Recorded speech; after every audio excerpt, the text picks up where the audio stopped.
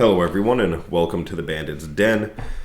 For anybody who's new to this channel, I'll have you know I don't live in Albuquerque anymore. Even though my name is the Albuquerque Bandit, that's just a name I've had for many years, and I'm just rolling with it still. I don't know what else to call myself. I haven't made much content anyway, but because of the title or contents of this video, you might stumble across this video. So that's the story behind that. I live very far away from Albuquerque now. I don't live there anymore. So I was over here where I moved to because I knew it would be a vast improvement, or at least I had a hunch it would be. Even though everybody from Albuquerque told me it's no different anywhere else in the United States. You can't get away from this. And so there's no point in even looking. Well, I decided to go look. And over here, people cannot comprehend. They can't fathom. Even when I tell them stories, they can't fathom what my daily life was like living in Albuquerque. Granted, I lived in one of the top 2 most dangerous areas of Albuquerque. But if you're planning on moving to Albuquerque, you might think this video is worth a watch. So, I was trying to illustrate for somebody about 6 months ago what my daily life was like, and I was looking for statistics because 2 years ago I looked up Albuquerque and it was 3rd most dangerous city in the United States. And so I looked up statistics to try to show somebody, and I kept coming up empty. And so today, you know, it's still bugging me 6 months later, and I'm like, I gotta look into this. So here is where we begin. All right, this is where I started. This is the first Google result for most dangerous places in the U.S. 2024 to 2025. You got Memphis, Tennessee, St. Louis, Missouri, Detroit, Michigan, Birmingham, Alabama, Little Rock, Arkansas, New Orleans, Louisiana, Cleveland, Ohio, and it goes on and on. It goes on and on. And where's Albuquerque? We were on all of these lists. We were like 2nd or 3rd about 2 years ago. Where's Albuquerque? Well, you know, they must be really cleaning up their act, right? Well, let's go to another top Google result here that I found. Over here, still no Albuquerque. There's some names switched around and subtracted or added here. They take different places from each other. But still no Albuquerque, right? And these are top 25, top 20 lists. And I'm like, what the heck, man? I have friends in Albuquerque that I still have contact with, and some of them tell me it's even worse than when I moved away a year ago.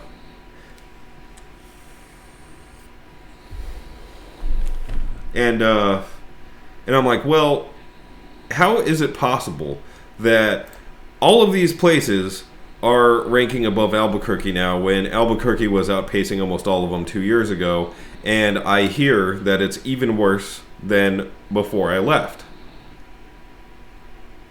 So when I suspect something is amiss, I go to Wikipedia. Wikipedia is a little bit more reliable of a source sometimes, but when I suspect something nefarious is going on here, like some kind of censorship is going on, Wikipedia is a little bit of a better bet. There are still some subjects where I don't trust it at all because yeah, there's still a lot of like animosity against individual communities present on Wikipedia. However, these are reported statistics from all the cities of the Union. So, property crime. Albuquerque, New Mexico is the top. It is doing the best as far as committing these crimes. So, annually, you have a 7.3% chance. This is per capita, right? See, per capita. So, that's 7,400 almost per 100,000 people. So you have a 7.4% chance to have some kind of property crime committed against you each year you live in Albuquerque. And this reflects my experience, right? So you have a 1%, 1.3, 1.4% chance to have your car stolen from you. You have a 4.8% chance to have something stolen from you, and you have like a almost 1.3% chance to have your house robbed every year that you live in Albuquerque. And so some of these are like once in a lifetime events. It's almost guaranteed it'll be a once in a lifetime event for you. This one will be every few years, unless you live in an area like I did where it's a common thing. And I was just explaining to a friend of mine how I knew so much about P.O. boxes. And I was like, well, I definitely would not get my packages ever if I didn't have a P.O. box. So I paid an extra $250 to have a P.O. box 5 miles away from my house. And I just got a letterbox because what they do is they drop a key in your letterbox if you have an actual package, a key that goes to another box. And so I would get my keys out of my letterbox and go over to the other box and unlock it and get my packages. And that's how I avoided property theft in my neighborhood, because as I'll show you later, it was one of the 2 most dangerous neighborhoods in Albuquerque where I moved away from. So a lot of these statistics come from that neighborhood. However, they do boil over to the whole city, as I'll also show you. All right. So I think this is important for anybody that's considering moving to this place. The fact that they are actually, it seems they're actively censoring this shit. Because look, it's if you look at violent crime, okay, top of the nation, New Mexico, Albuquerque ranks number 9. That's pretty high for overall violence. But you go to the most dangerous cities lists that I showed you, and Albuquerque doesn't appear in the top 25. But right here, all the reported statistics, and remember, this is just reported. A lot of stuff goes unreported in Albuquerque. As far as reported statistics go, it is number 9, though it doesn't appear on any of these top Google searches.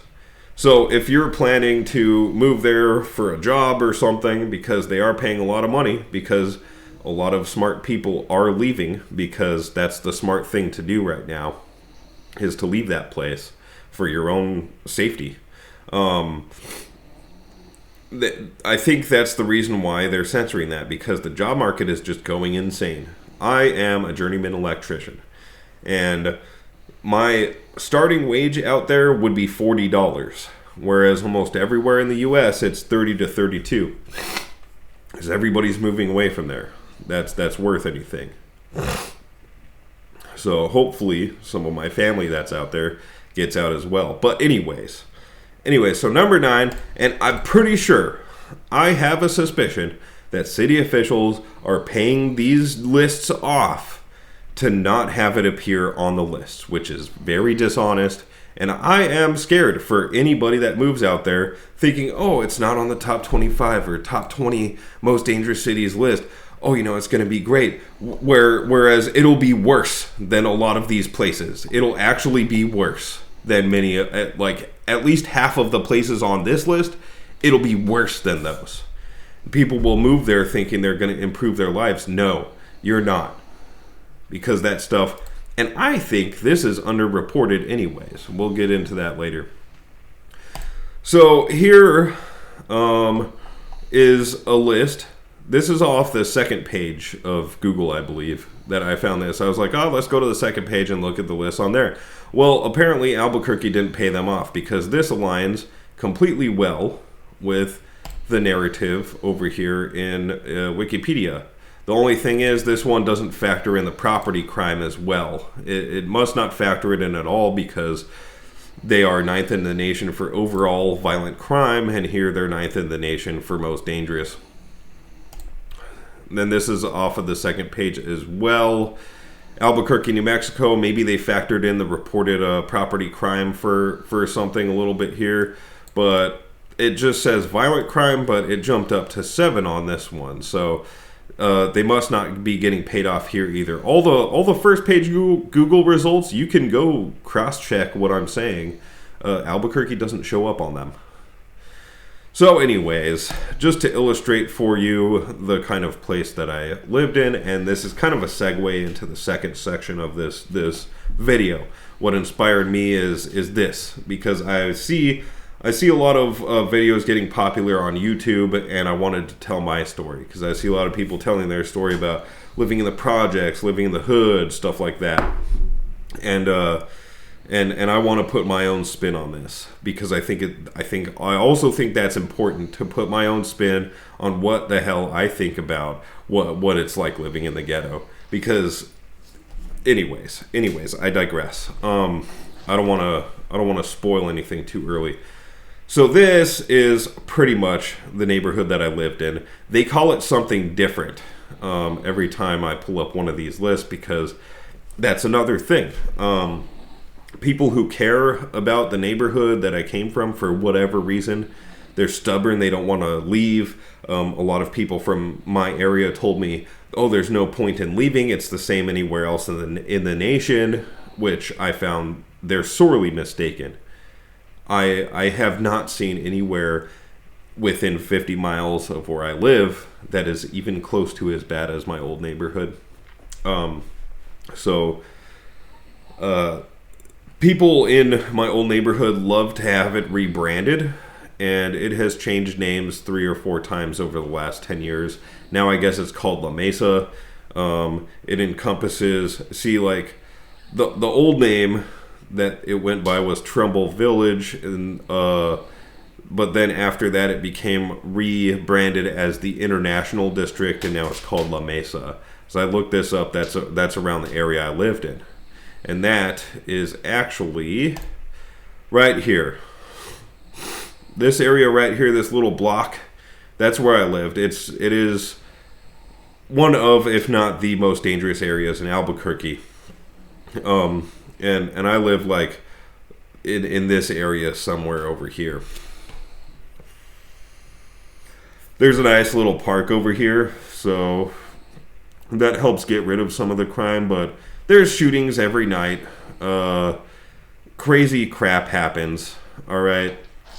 And all these sore areas around here, this is overflow. Like this stuff right here, this is still pretty bad. Like this is just compared to the city average, okay?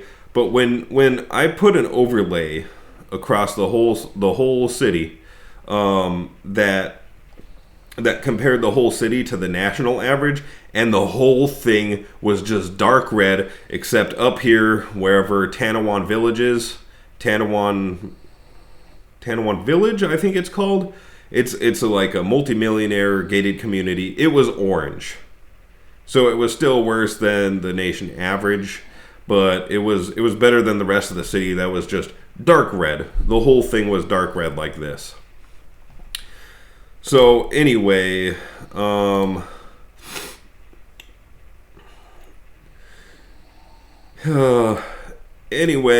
I go over to crime mapping. This service, because I wanted something more detailed than this, right? I wanted something that showed like various crimes, and there used to be maps that show you this was the one I used to use. And you see there's 0 records for any crime in all of Albuquerque. I could zoom out. There's 0 records.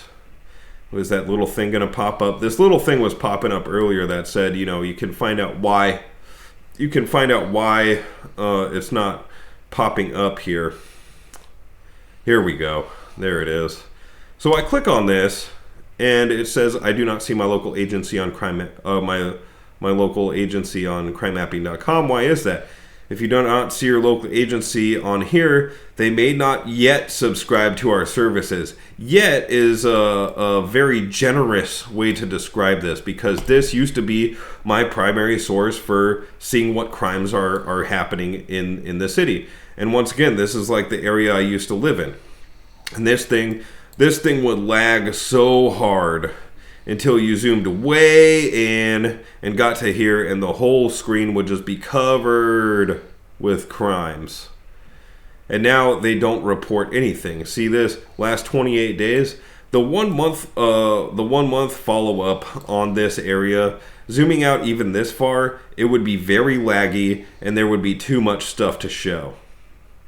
But they don't report anything here now. This service, I actually used to, and I probably still am, subscribed to this zip code for email alerts. And I would get less and less, and eventually now I don't get any emails for crime alerts in this area. And that's just because I wanted to know what was going on in the neighborhood. I wanted to know, if the person shooting people the night before got caught, stuff like that. But it's sad. So just be very wary of moving here, anywhere in the city. All right. Now, if you want a relatively safe, I know I'm scaring you, but if you want a relatively safe area to move to, I would recommend this area over here. This quadrant is pretty good. This area is about a 20 or 30 minute commute from the city. This whole area is pretty good too, fairly low crime, because those are all mountain homes. All the crackheads have to drive 30 minutes. They're not patient enough to drive that far to come steal your stuff.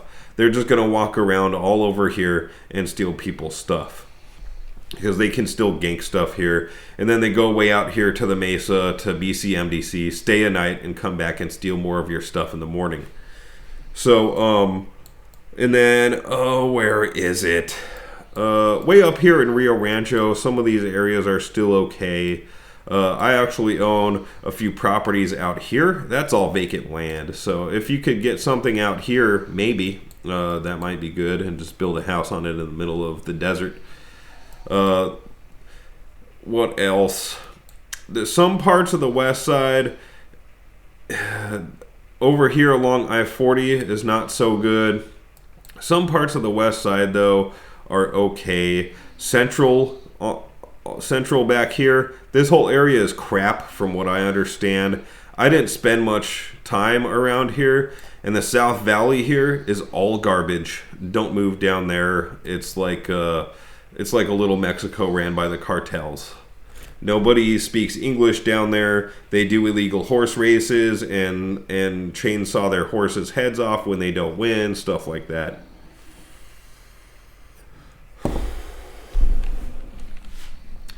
So anyways, now let's look at this map. Yeah, living in the ghetto. Let's talk about that. For anybody that wants to move to Albuquerque, I'm sorry. I hope you found this video by some miracle, and I hope you'll fare okay if you're moving there. I would never recommend to anybody to move there until maybe 10 years from now. They'll clean up their mess. Maybe 10 years from now it'll be all cleaned up and all better.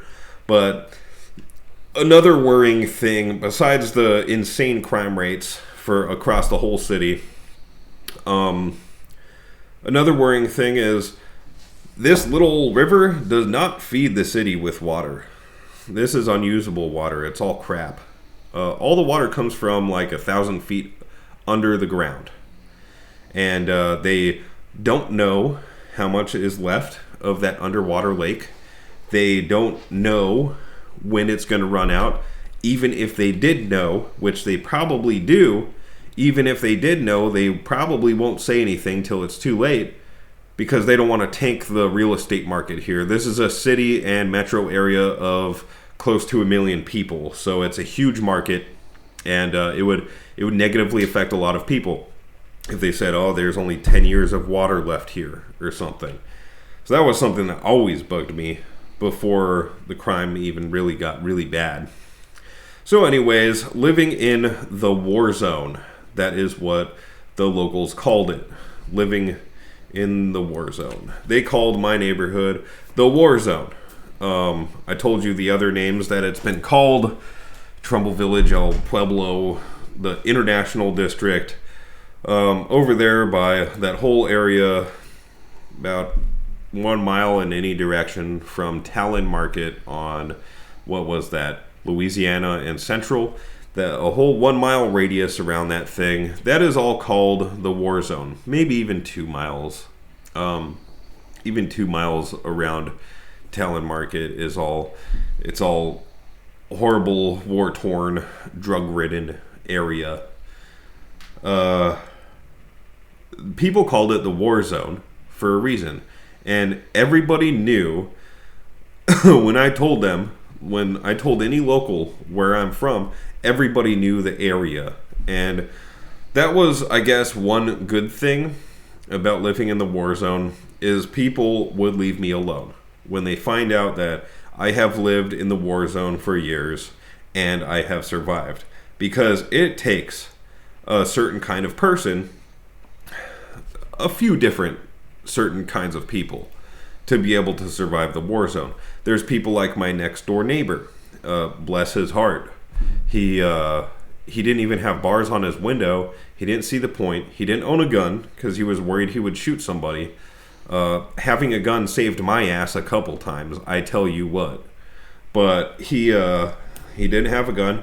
Anytime anything at all would happen or start going down, he would go inside immediately. And so there's that mind your own business and then go inside and call the police kind of person. Survives fairly well there. The only thing is the police are pretty slow to respond sometimes. One time I had the good heart to call in a homicide in progress that was on the property candy corner behind me. It was a vacant lot. The house there had burned down long before I moved in. And so it was just a vacant lot with rubble on it. And homeless and drug addicts would move in to that lot regularly, and they were cycling in and out. Police would go bust up their camp once a year or something, and new blood would come in. And there was always domestics and stuff back there, but one night was particularly brutal back there, and it was a domestic dispute, between a homeless couple, and it sounded like the guy was literally killing the woman. And so I called it in and I was like, hey, there's a homicide in progress. This is the address. You guys need to go check it out because somebody's going to die tonight. And they said, all right, we'll check it out.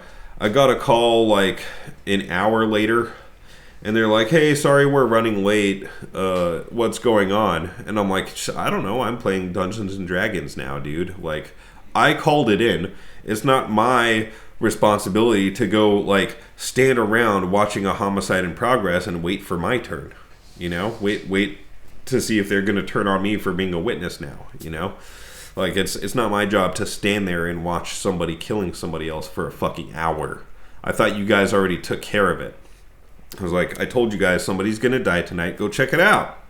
Like maybe there's a dead body or something. And then I got a text like an hour and 15 minutes after that from the police saying, hey, sorry, we're running late. We'll be there soon. And then they called me another 15 minutes later. Hey, is the homicide still in progress? And I was like, that was 2.5 hours ago, man. I don't hear anything out there now.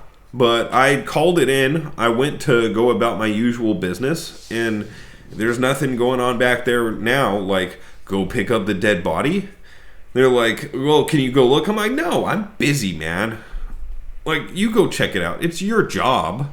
Like, I'm not going to go snooping around a crime scene looking for dead bodies. And so they finally showed up. The paramedics showed up, put somebody in there, and they drove away with the back lights off. And they drove away very slowly. So it was a dead person. And the thing is, a lot of you are probably going to be like, oh, why didn't you intervene? That stuff happens all the time over there, man. Like, I wouldn't be able to get anything done.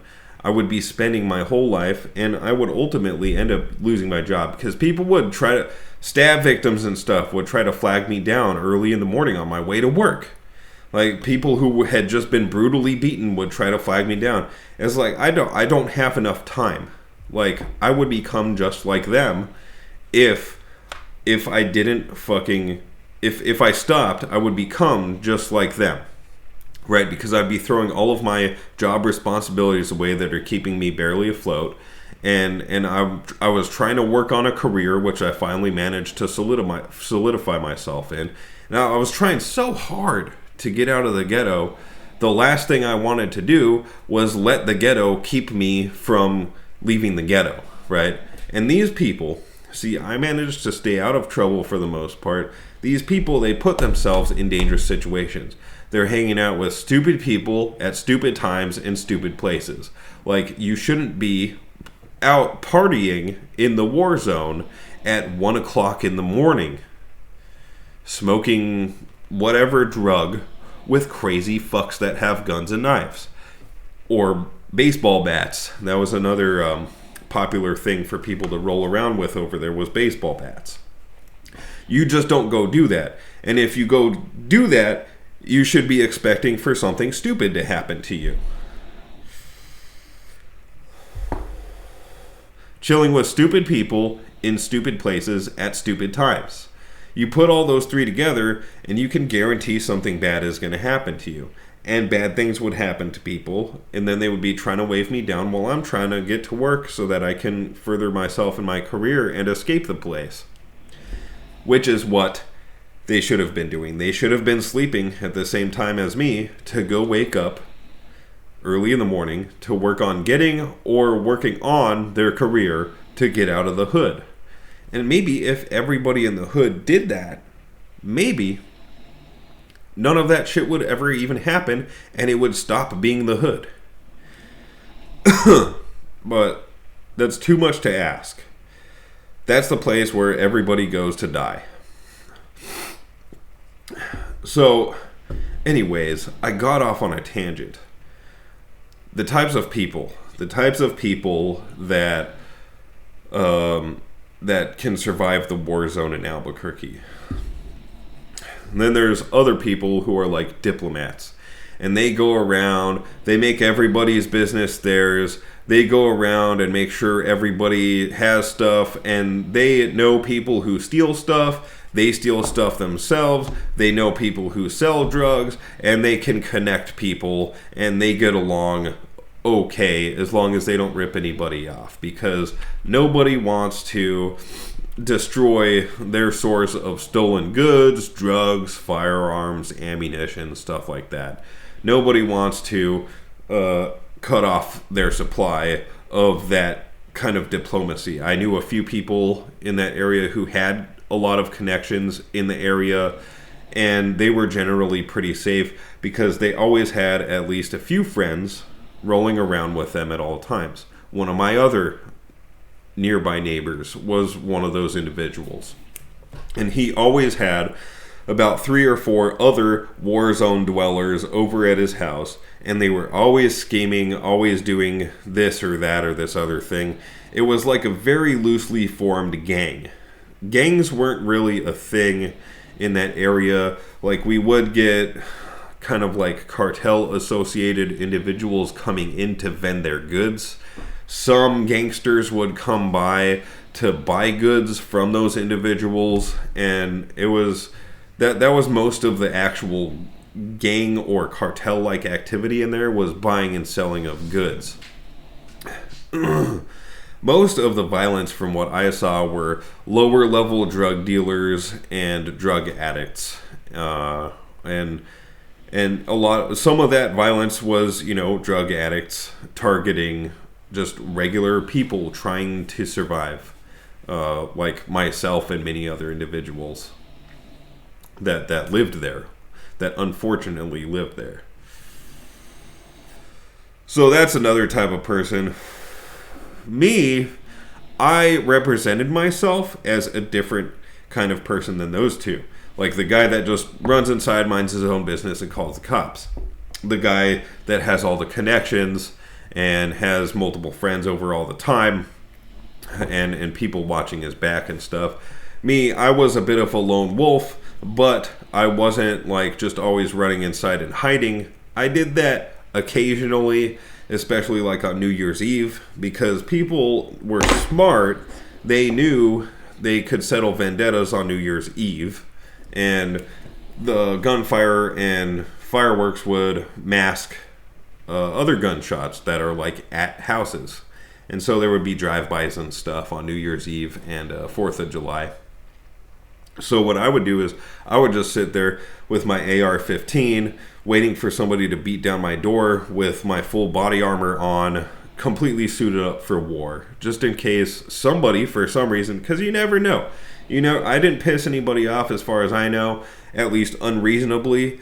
The only people I pissed off were people who did me wrong, and I had every fucking right to, and they should know that, right? I had every fucking right to step back on their toes because they were stepping on mine. So I would just sit there. You never know if somebody just decided to have a problem like, oh yeah, that guy that lives at that house, I remember him. So I would sit there with my fully loaded AR-15, all kitted up, waiting for somebody to do something, and I would stay up until about 1 a.m. on those nights, just waiting. It's terrifying. It's not cool. This is the point I want to get to.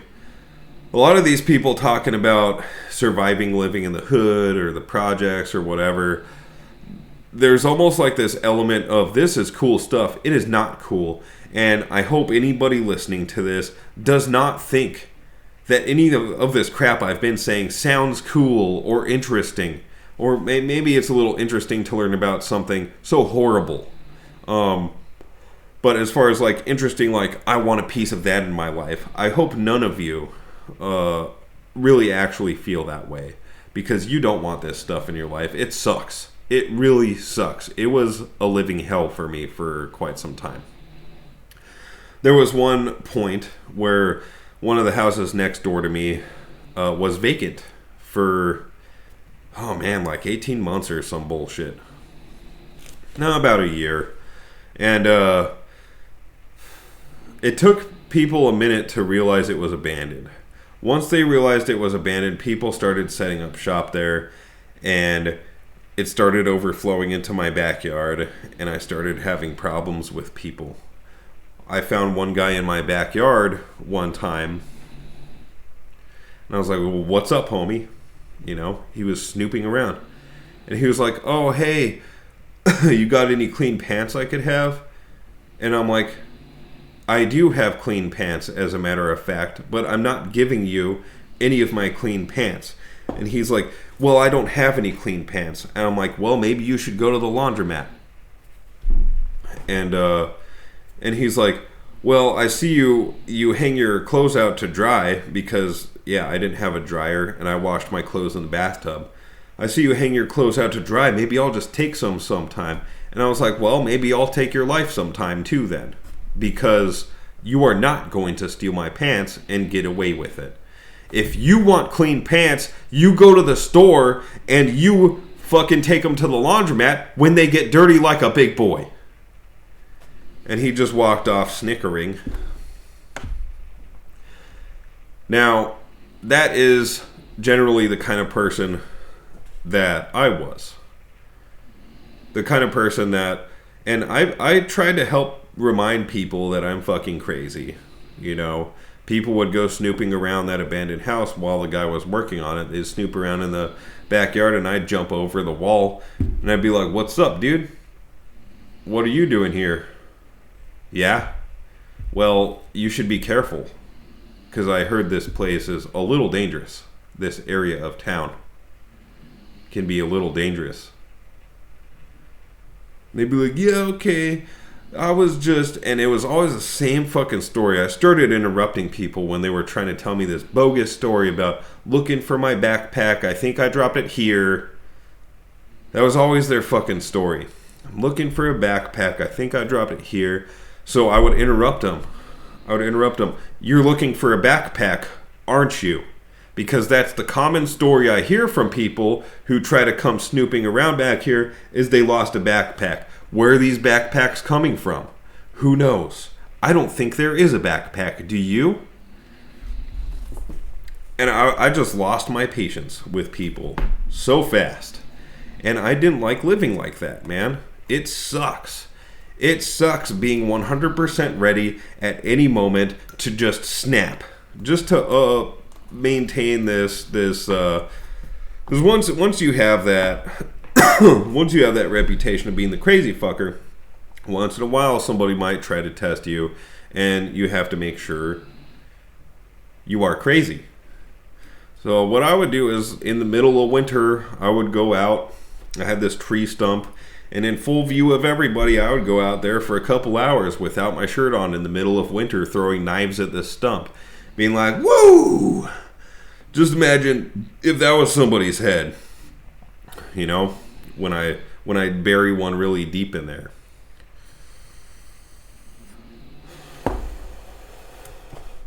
I also frequently open carried my firearm.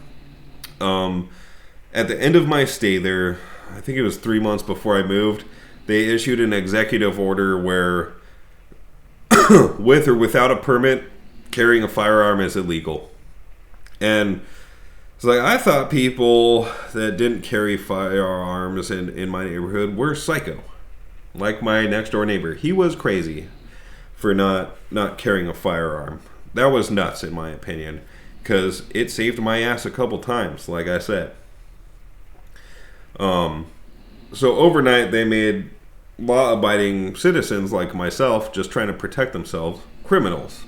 And this is the criminal gateway that I've talked with a lot of people about, is what makes hoods sometimes is that, like, people who are criminals, who they begin by breaking a law that doesn't make sense, or something they were doing becomes illegal, like in that instance. I've thought about a lot about this because I was a petty criminal in the past, and what I was doing is now legal over there. I was selling weed. And marijuana is 100% legal out there now. Complete recreational legal. And so I was selling weed, but it was like I'm kind of on the run from the law all the time anyway. There's this thing that I'm hiding that could yield me years in jail or prison. And so I might as well be a criminal. You know, I might as well do other illegal things. And so people who are already breaking one law are likely to break others. And I started getting into that mentality again right before I moved. It's a good thing I moved. I was already planning my move before that anyway. But overnight, me and everybody like me became criminals. And I was like, this is bullshit.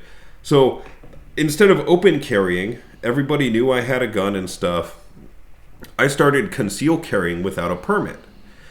Because I'm like, well, you know, I'm a criminal for open carrying, and I'm definitely going to get caught then because police can see my firearm on my hip, versus conceal carrying, it's unlikely I'll be caught unless I'm getting accosted by the police.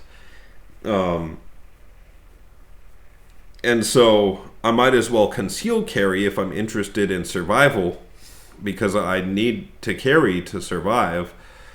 So to avoid getting caught, I'll just conceal carry, which becomes a worse crime than open carrying, right? But I was less likely to get caught. And there's a lot of stuff in Albuquerque that's like that, where just like it was so much easier to just register my vehicles to a fake address. So I would just pay somebody off at the MVD to register my shit to a fake address. I would give them like $40 extra on my registration thing and register my shit to a fake address because it was so much easier. They made it easier to cheat and to break the laws than to not. And so that kind of environment generates criminals. And that kind of stuff helps cultivate the war zone. And that kind of legislation is just bullshit, in my opinion. It sucks. It's like, overnight, let's make all these previously law-abiding citizens criminals. That doesn't make any sense to me. So anyways, I was that guy that made sure everybody knew and was reminded that I'm fucking crazy and I'll snap at a moment's notice. I have very little patience for stuff and I don't have any respect for human life. And that the owner of the abandoned house, he wasn't around for like a year. That's how it. And he thought somebody was living there. The guy that was living there before was giving him all these stories about how he's still taking care of the place and stuff. Unbeknownst to him, the guy left it vacant for like a year. Anyway, he didn't believe me that that people understood. Most people who knew the area knew to stay the fuck away from me. And so he went around actually asking a lot of the street people that frequented the area and were from around there. He asked the street people, and he came back and he told me, yeah, word on the street is that you're fucking crazy and don't even talk to you. And it's unlikely that you won't have problems with the guy. So everybody had a good idea. Because, like, there was this one time this guy tried to extort me. And he heard me cutting up wood because I couldn't afford heat. He heard me cutting up wood. I was cutting up pallets with a skill saw in my garage. I had a detached garage. And I had a wood stove. So I would burn these cut up pallets in my wood stove for heat in winter. And so he heard me cutting up something with a skill saw in my garage. He approached me on the edge of my backyard and he was like, hey, I hear you doing a lot of work in there. And I'm like, oh yeah. And he's like, I'm good at carpentry work. And I'm like, I'm not really doing carpentry work, man. And he's like, well, I'm looking to do some kind of work for money. And I was like, yeah, you know, I'm just doing the work myself because at the point of paying somebody else to do it, that would defeat the whole purpose of having it done anyway. So I'm going to just do it myself. And so he was like, he started describing to me my work schedule. And he insinuated it would be nice because he's so gracious in watching over my place for me while I'm at work, that it would be nice to have some kind of compensation for that. And so I pulled out my 9mm, cocked it back and pointed at him. And I was like, really, this is all the protection I need right here. So you can fuck off and you can stop watching my house during the day while I'm gone. And he never did anything about it. He walked away. And he never did anything to my house because he probably knew that I would know who the fuck did something to my house. And I knew where he lived, so I knew where I could go get him if he fucked around like that. So he really just kind of snitched on himself for his own intentions, right? So nothing happened of that. Well, like a year or two later, I was coming home after sunset from a long day. Left my standard transmission truck in the driveway. I tucked my gun in my hip as this guy was walking by. And he was looking at me while I was putting my gun away in my pants. And I was like, what's up, dude? And he's like, hi. And he kept walking. I went to open the gate in front of my running truck, about 10 feet away. And as soon as I turned my back, I heard my truck door slam shut. I had left it open. Because I figured that guy saw me with my gun. He was aware, he was aware that I was aware he was there because I said hi to him. And he knew I was armed. So I didn't figure he would jump in my running truck and try to run me over or try to steal it.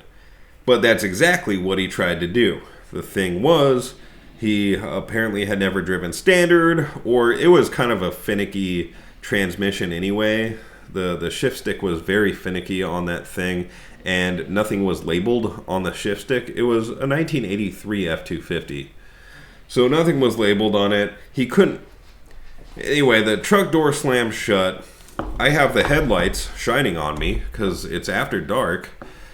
So as soon as I heard my truck door slam shut, I spun around, pulled out my gun, cocked it back, and pointed it right to where there should be a head in the driver's seat, right? And I started yelling, "Get the fuck out of the truck." The truck revved up. I had my finger on the trigger. I was watching the wheels. If the wheels started moving at all, I was going to unload on him. And I yelled one more time, "Get the fuck out of the truck." And I guess at that point he realized he wasn't going to be able to run me over instantly. I was getting impatient. He wasn't going to be able to reverse immediately and get away with it. So he was kind of dead in the water because he couldn't get the damn thing in gear. So he stuck his hands out the window and begged me not to kill him.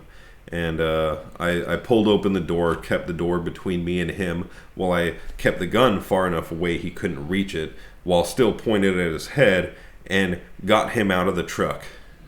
I allowed him to exit because he was panicking. He couldn't open the door to my truck, right? Because he couldn't find the handle. He had kind of trapped himself, so he was freaking out.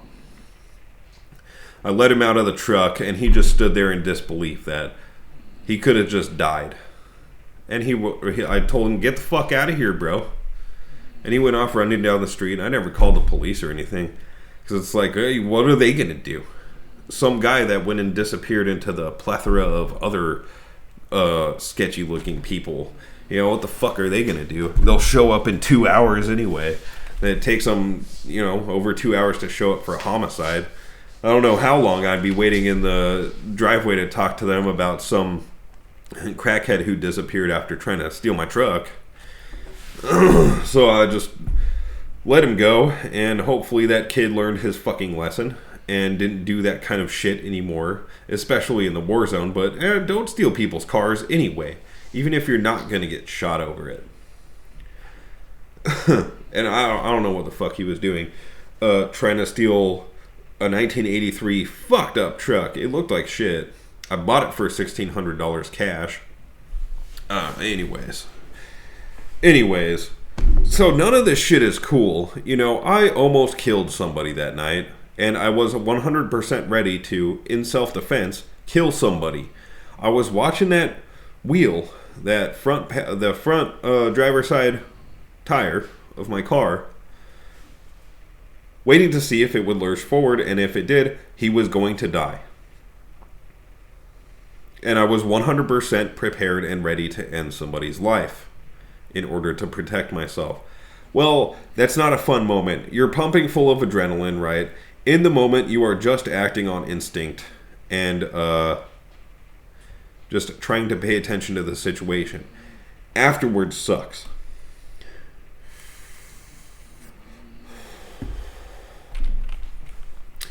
Afterward really sucks.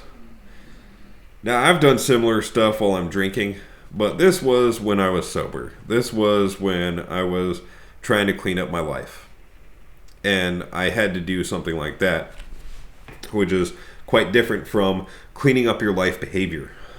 And it just hit me. Excuse me. I have a bit of a cold.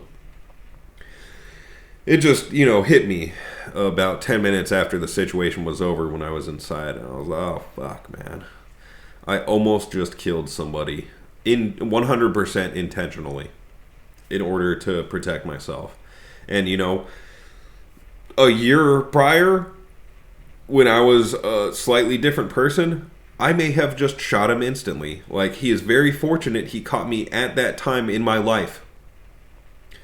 He's very lucky that he caught me at that exact moment in my life. Maybe even on that day.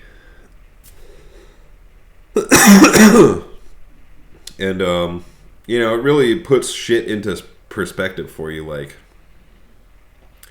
there's some things in life that that you should never have to do. So my heart goes out to anybody who has almost had to or had to pull the trigger on somebody. If I pulled the trigger on him, I probably would have had, a similar emotional response to it. Because for me, having done it versus being 100% ready to do it reads just about the same to me, I believe.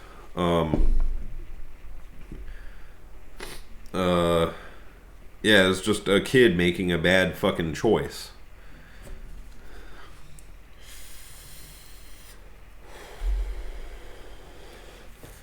When I say kid, he was like early 20s. So anyways, none of this shit is cool. And this is something I tell my apprentices whose siblings think they are a gangster. I tell them none of that stuff is cool at all. At all. People might just think it's cool because of rap and stuff. Like, yeah, rap sounds cool. It really makes you feel like a badass sometimes. But that's all the furthest you should take it. You should not aspire to be or do some of the things that they say. A lot of it is just hocus pocus garbage anyway that they're just fucking making up. Like, look at Drake talking about all the gangster shit, like robbing jewelry stores. He never robbed a jewelry store. It's not cool. The reason why he never done that is because that's no way to get ahead in life. That's a surefire way to get killed or incarcerated. And that is not cool either. You go to fucking prison. I've been to jail a few times. And it sucks. It sucks ass. The food sucks. There's annoying people there. And everybody in there thinks they're a fucking badass. They think they're so cool when you're just in the adult timeout chair. That's all it is. Just because you can't fucking behave. You can't control your fucking self. You're in the adult timeout chair is what it is.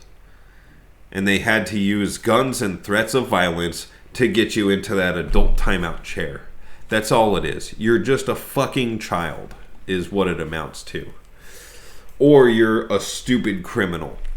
Like, if you're going to be a criminal, at least be smart and professional about it, to where there's very little likelihood of anybody getting hurt.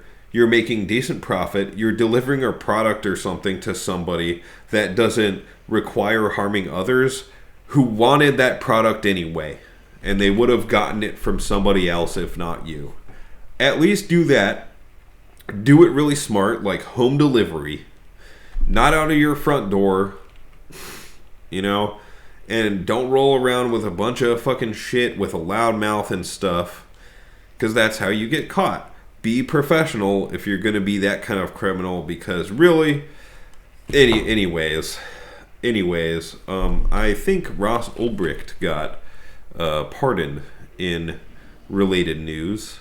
I'm pretty sure I saw that on a headline recently. So that's pretty cool. That guy, just a side note on my stance on this, okay? I think that guy saved a lot of lives. Because there were people with laboratory equipment who tested some of the products that some of the dealers on there were selling to people, and they confirmed the purity publicly for everybody to see. and said, yes, that guy gets my stamp of approval. That shit is legit. It doesn't have harmful impurities in it. It is pretty damn close to pure, and he didn't mix it with anything else. So people knew what they were getting on there. Also, there was that whole anonymity buffer between client and dealer. And so there was no possibility of drug deals going bad on there. Nobody could try to rob each other because it was all done by proxy using the United States Postal Service as the mule.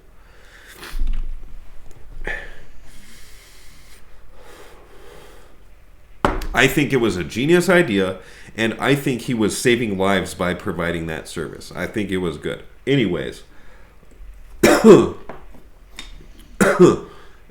Ghetto is not cool. There's a reason why everybody who lives in it wants to get out of it.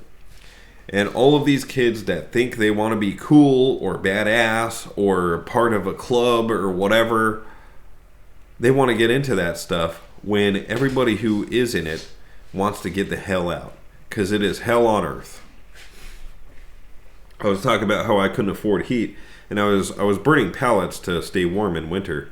Otherwise my pipes would freeze and I would have had a really rough time out of life. One of my next door neighbors, he couldn't afford to have running water. So what he would do, he had two 55-gallon chemical drums that he would throw in the back of his truck and use a dolly to get out of his truck after filling them up at a car wash, because it was cheaper for him to fill those two things up for like $6 at the car wash versus paying the $30 hookup fee every month for water. On top of that, they charged an arm and a leg for domestic water anyway. So he would save a lot of money by doing that, because he couldn't afford to have running water in his house. He couldn't afford to have gas either. He just had a little propane heater he would set up in his living room, and he would run his stove off of that propane tank too inside, which is very dangerous. Don't ever do that if you don't have to. But that's what Ghetto is. It is starving and freezing in winter. It is being swelteringly hot in summer while gunfire is going on all around you at night. Waking up at 1 a.m. to police knocking on your door because a high-speed chase ended in your fucking driveway. That happened. Waking up at midnight to some chick screaming, "Get off of me," in your front yard. You go out there with a gun to try to protect this girl from getting raped, and she's just there by herself without any clothes on, tearing her hair out, screaming, "Get off of me." That happened. People trying to light bonfires in your fucking driveway when you're trying to go to work, and then threatening to call the cops on you for not letting them start a bonfire in your fucking driveway. That happened. People stealing fucking pine cones even off of your porch. Fucking people. I put squares of carpet and cushions out for stray cats, and they would shit on them, they would barf on them, shed all over them. They had ticks and stuff crawling on them. And I would put those out for the stray cats just to try to help them keep warm in winter, so they didn't have to lay on cold ground or concrete. They could have, some carpet or some carpet scraps or an old cushion I found in a dumpster to lay on. People would steal that. People would steal the old barfed on, shit on, tick covered feral cat cushions off of my porch. They stole my front gate to my yard. They stole all of my gardening tools out of my yard. They steal everything out there. That is not cool. Living in a ghetto is not fucking cool. It sucks. You're always on guard. You have to lock everything up. I marvel at it, dude. I marvel at it. My next door neighbor here where I live now, my next door neighbor had a floor jack for working on his cars in his driveway the whole year I lived over there. Almost a whole year I lived in that neighborhood. His floor jack did not fucking move. And it was one of those expensive, like $500 ones. It was a really nice one. And nobody ever fucking stole it. $500 floor jack sitting right there. It wouldn't last two hours. It wouldn't last 2 hours in your driveway in the war zone. It would be gone. That was one benefit of when I moved, is a lot of the stuff I couldn't sell, I just put it on the sidewalk and it disappeared. People will take anything out there. What else? Oh yeah, now I live out in the country. Very quiet place. The there's only one known criminal in my town, and he's in jail right now, so there's no crime at all.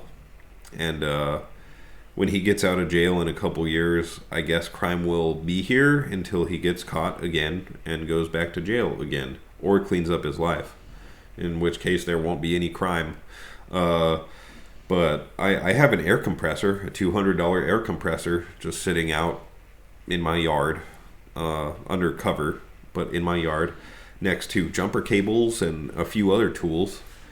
That shit never disappears. I just leave my cars unlocked. Out in Albuquerque, people would check car doors every night. Every night. And people would post this all the time too. Excuse me. I need to turn this video off soon because my throat's really scratchy. I'm sick and I got to piss too.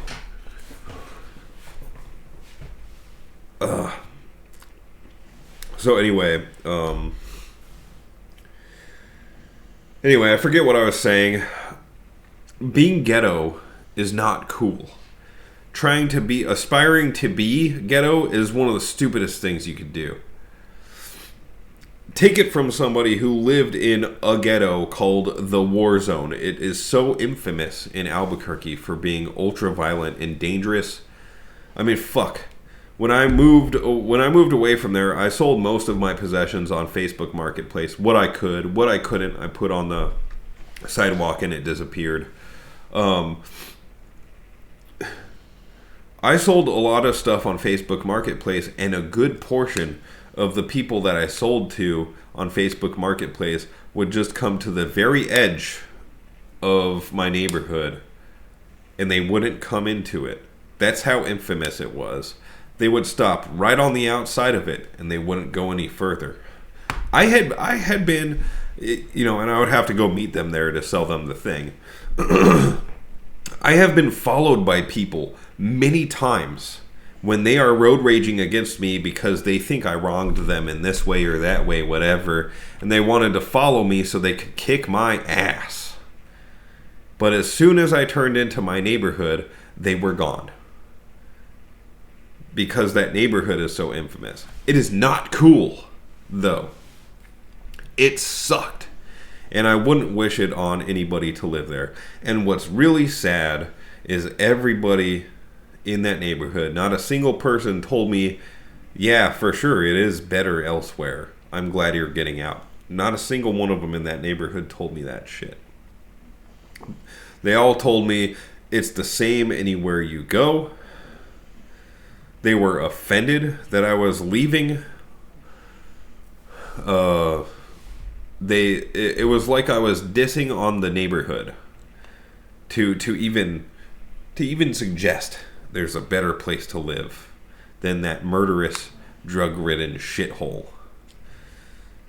But the most common thing was just people saying, ain't no point in moving. Ain't no point in moving. It's the same anywhere else you go.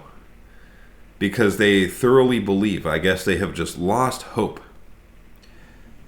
They have completely lost hope, and they are just doing what they have to do to stay afloat. And they're not interested in worrying themselves about anything else. Not even the idea that things could be better some other way. They have themselves convinced that this is just how the whole country lives. This is what it's like everywhere. And they are sorely mistaken. And it really sucks for them that they are in that headspace where they believe, not only do they believe they can't get out, but they believe it is the same anywhere else you go. And so there is no point in getting out, because even if you do get out of the ghetto, you'll just end up in the same situation anywhere else. It sucks for them. I'm fortunate I didn't get wrapped up in that mentality. And I had hope. Despite what everybody in there said, I had hope that that there was somewhere better. And let me tell you, when I first moved here, I did a little project in what my coworkers called the Ghetto. And I was like, what do you mean this is the Ghetto? They're like, yeah, this is definitely the Ghetto. And I was like, what? This looks like a gated community from Albuquerque or something. I was like, where's the bullet holes and stuff? Where's the crazy crackheads trying to swindle you for shit?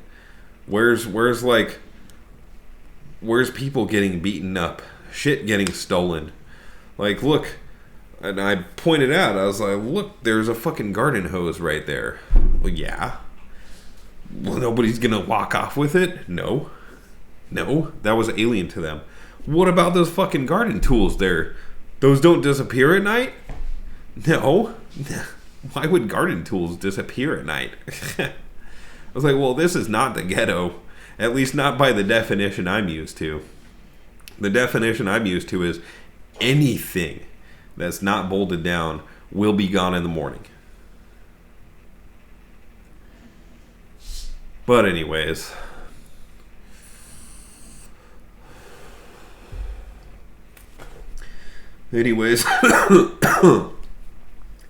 what is very cool is not living in the Ghetto anymore. And you might have picked up on something interesting. I don't act ghetto. A lot of people in the Ghetto don't, because they are aware it's not fucking cool. And nobody wants to deal with your fucking shit if you try to act like one of those people. It's like, yeah, there are people who act like that in the Ghetto. There really are. And everybody knows they're trouble. Everybody knows to keep their eye on them because they're proud of being a piece of shit. A worthless fucking scum. And everybody is aware of it. So everybody keeps their eye on them. Don't let them get away with shit. And that lowers their chances of survival. It increases their chances of winning the Darwin Award for fuck around and find out. So don't act ghetto.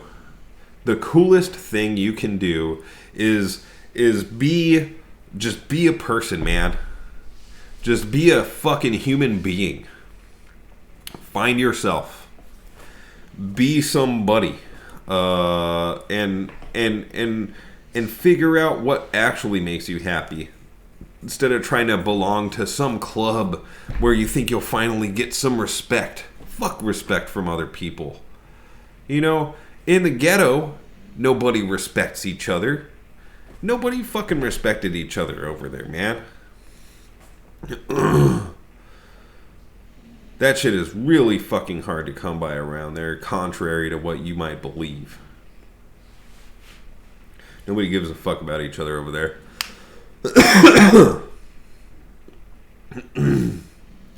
The most care I got was a couple of my neighbors. And one of them was that guy that would call the police. He was a good neighbor to have around because he was fucking nosy. He was kind of annoying because he was nosy, but he was good to have around because he was nosy. And so I put up with the annoyingness of him always wanting to be up in my business because it made my general area a little more safe because he was always calling the cops. He was always reporting shit. So that made me a little safer because cops were always coming up and down the street. So it's like, okay, dude. But in general, nobody has respect for you out there. You're not going to get people's respect. You know, all those ghetto folk, they don't fucking respect each other. They treat each other like shit. They kill each other. They don't even respect each other's right to be alive. So how do you figure you're going to get any respect acting like that? You won't get respect from people like me. You won't get respect from professional people that you could land a seriously good career from. You won't get respect from your peers because they will find you annoying. They will find you sketchy. And you won't get respect from people who are actually ghetto because they don't respect anybody. So quit trying to make yourself one of these fucking ghetto people. Like I said, the coolest fucking thing that you can do is just be a person. Chase your passions in hobbies.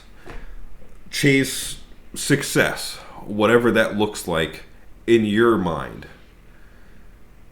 Because all being ghetto is failure.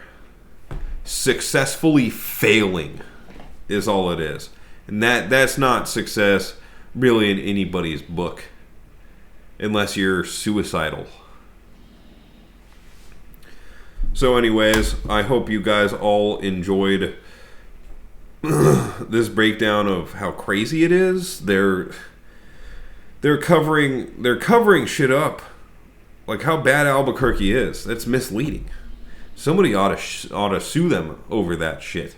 Because I think this is my conspiracy theory. I think they are paying off those places to not put them on the list. Because statistically, they should be on all those lists. But they're not. So they either threaten to sue them for defamation of the city, or they're paying them off. There's something nefarious going on there. And I would love to get to the bottom of it. And somebody should really sue them for improper reporting or some shit. Something. Because a lot of innocent people are going to end up moving there thinking it's a good place to live when it's not. Anywhere you live in the city, you're guaranteed to have porch theft going on. Even in the good areas. Get a P.O. box if you move to Albuquerque. Anyway, that's enough from me. You guys stay whatever. Fucking enjoy your life.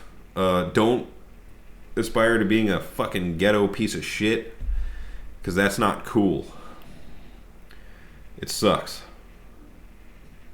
Yeah, and all of you have a good night. It's good to talk to all of you. Thanks for listening.